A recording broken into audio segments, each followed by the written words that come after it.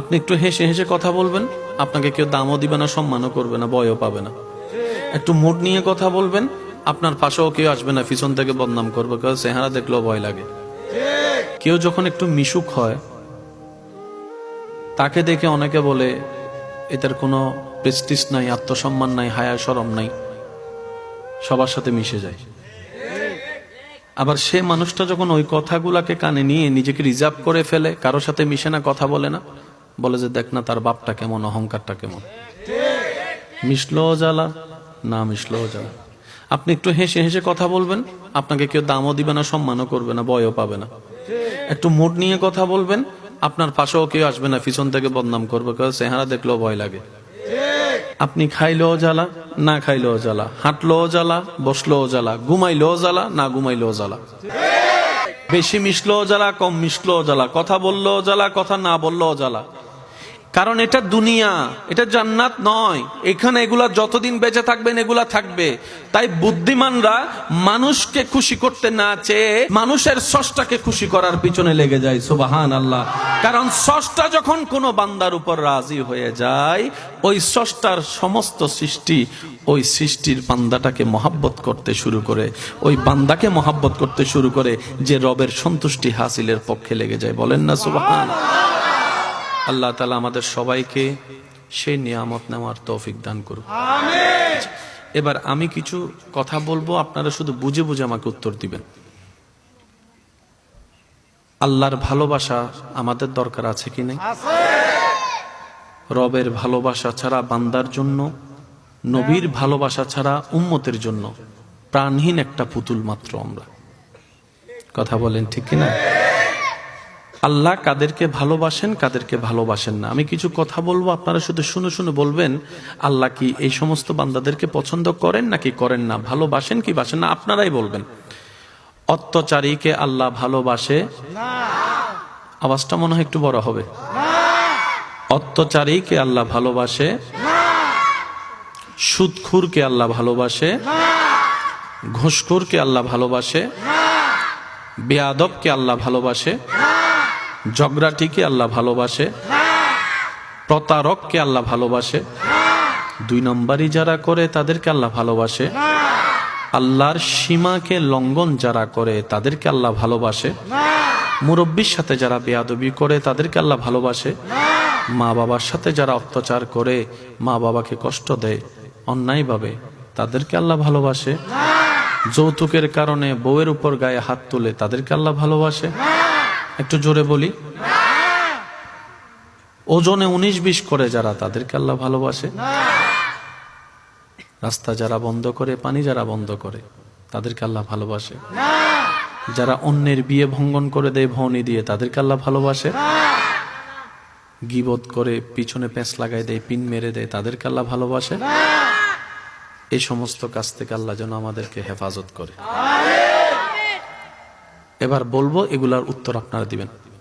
ফরহেজগার বান্দাকে আল্লাহ ভালোবাসে। মাশাআল্লাহ, আরেকটু জোরে। ফরহেজগার বান্দাকে আল্লাহ ভালোবাসে। মুত্তাকিন বান্দাকে আল্লাহ ভালোবাসে। সৎ বান্দাকে আল্লাহ ভালোবাসে। ভদ্র বান্দাদেরকে আল্লাহ ভালোবাসে। নম্র বান্দাদেরকে আল্লাহ ভালোবাসে। সহযোগিতাকারী বান্দাদেরকে আল্লাহ ভালোবাসে। উপকারী বান্দাদেরকে আল্লাহ ভালোবাসে। ধৈর্যশীল বান্দাদেরকে আল্লাহ ভালোবাসে। সহ্য যারা করে রবের সন্তুষ্টির দিকে তাকিয়ে, তাদেরকে আল্লাহ ভালোবাসে। নামাজীদেরকে আল্লাহ ভালোবাসে। রোজাদারকে আল্লাহ ভালোবাসে। মা বাবাকে খুশি করে চলে এমন সন্তানকে আল্লাহ ভালোবাসে। স্বামী হিসেবে স্ত্রীর হক, স্ত্রী হিসেবে স্বামীর হক যারা আদায় করে, তাদেরকে আল্লাহ ভালোবাসে। বড়দেরকে যারা সম্মান করে, ছোটদেরকে যারা স্নেহ করে, তাদেরকে আল্লাহ ভালোবাসে। যে যার যতটুক সম্পত্তি প্রাপ্য তাকে সম্পত্তি যে দিয়ে দেয়, তাদেরকে আল্লাহ ভালোবাসে। যারা ধৈর্য ধারণ করে, তাদেরকে আল্লাহ ভালোবাসে। একবার বলি সুবহানাল্লাহ।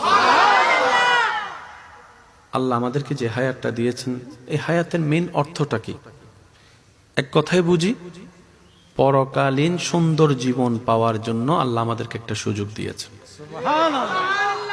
আর একটু মহাব্বতে সুবহানাল্লাহ বলা যাবে। পরকালীন জীবনকে সুন্দর করার জন্য আল্লাহ তাআলা আমাদেরকে যে সুযোগটা দিয়েছেন, এটার নামে হায়াত, এটার নামে জীবন। আল্লাহ কিন্তু একবারও বলে নাই খাওয়া দাওয়া বন্ধ কর, আমাকে খুশি করতে লেগে যা। একবারও বলে নাই। ব্যবসা করতে পারবি না, চাকরি করতে পারবি না, আল্লাহ একবারও বলে নাই। আল্লাহ এটা পর্যন্ত বলে নাই ঘর থেকে বের হয়ে রাস্তায় যেতে পারবি না, বন্ধু বান্ধবের সাথে দেখা করতে পারবি না, কথা বলতে পারবি না, শুধু আমাকে নিয়ে থাকবি। আল্লাহ একটাবারও বলে নাই। আল্লাহ তাআলা বলেছেন সব কর, কিন্তু প্রত্যেকটা করা যেন আমার নবীর দেওয়া সুন্নত মোতাবেক হয়, তাহলে তোর করায় করা হবে, সুন্নতে সুন্নত আদায় হবে, আমি রব খুশি হয়ে যাব, তোর করার উপর খুশি হয়ে আমি আল্লাহ সওয়াবের ব্যবস্থা করে দেব। সুবহানাল্লাহ। করতে নিষেধ করেননি, তবে আল্লাহ চেয়েছেন, আল্লাহ চাচ্ছেন আমরা যেন কাজগুলোকে সুন্নত মোতাবেক করি। এখানে আমি একটা কথা এড করতে চাই, সেটা হচ্ছে যে নবীজির সুন্নত। সুবহানাল্লাহ। বিজ্ঞানের যতগুলো আবিষ্কার আছে আপনি একটু দেখলে দেখবেন বিজ্ঞান অনেক কিছুই আবিষ্কার করেছে যে একই তত্ত্ব 1450 বছর আগে আল্লাহ তাআলা নবীর মাধ্যমে জানিয়ে দিয়েছেন। যে পানি খাওয়ার যে নিয়মটা বর্তমান ডাক্তাররা বারবার বলছে, একই পদ্ধতি আমাদের নবী আগে থেকে জানিয়ে দিয়েছেন। নবীজির প্রত্যেকটা সুন্নত নিয়ে যদি আপনি ঠান্ডা মাথায় একটু গবেষণা করে দেখবেন, দেখলে দেখবেন আপনি সেখানে রাষ্ট্রবিজ্ঞানও পাবেন, সমাজ বিজ্ঞানও পাবেন, অর্থনীতিও পাবেন, আপনি সেখানে চিকিৎসা বিজ্ঞানও পাবেন। প্রত্যেকটা সেক্টরে আল্লাহ নবীকে দিয়ে কাজ করিয়ে দিয়েছেন। বলেন সুবহান। আল্লাহ আমাদেরকে নবীজির সুন্নত মেনে চলার তৌফিক দান করুন। আমিন। সৃষ্টি জগতে আল্লাহ তাআলা রব্বুল আলামিনের যত ধরনের সৃষ্টি আছে, এই সৃষ্টি জগতে আল্লাহ তাআলা মানব জাতিকে শ্রেষ্ঠত্বর আসন দান করেছেন।